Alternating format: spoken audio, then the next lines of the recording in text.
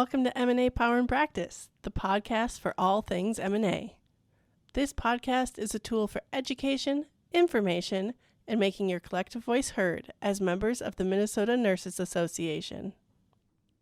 Our next episode is the second in our 5-episode mini-series on how an MNA bill becomes law.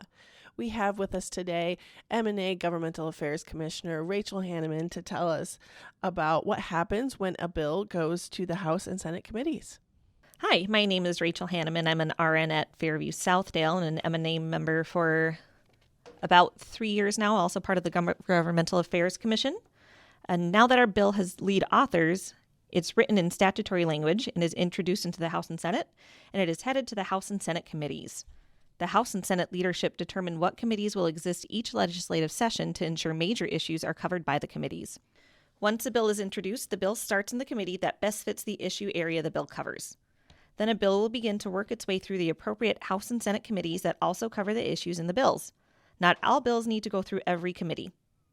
Usually, dependent upon a bill's content and purpose, a bill will only have to go through certain committees related to that content and purpose. For example, our bills usually go through the House Health and Human Services Committee because our bills deal with elements of healthcare.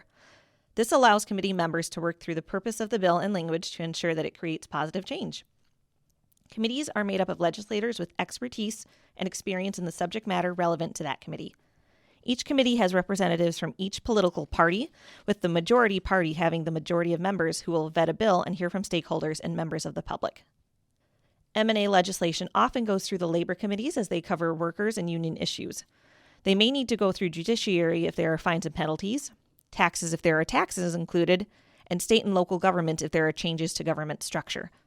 Bills that handle health insurance issues are within the jurisdiction of the Commerce and Consumer Protection Committee. A bill may also need to stop in the House Ways and Means Committee or the Senate Finance Committee if the bill will create a large fiscal impact to the state budget.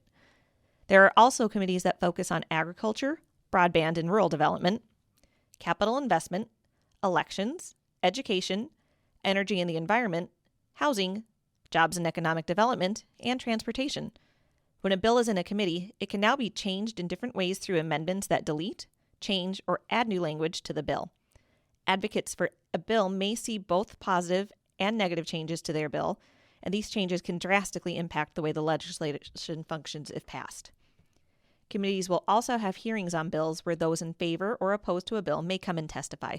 MNA nurses are often encouraged to attend and testify at a committee hearing to share our stories and experience with legislators to demonstrate how vital our legislation is to patients and our profession.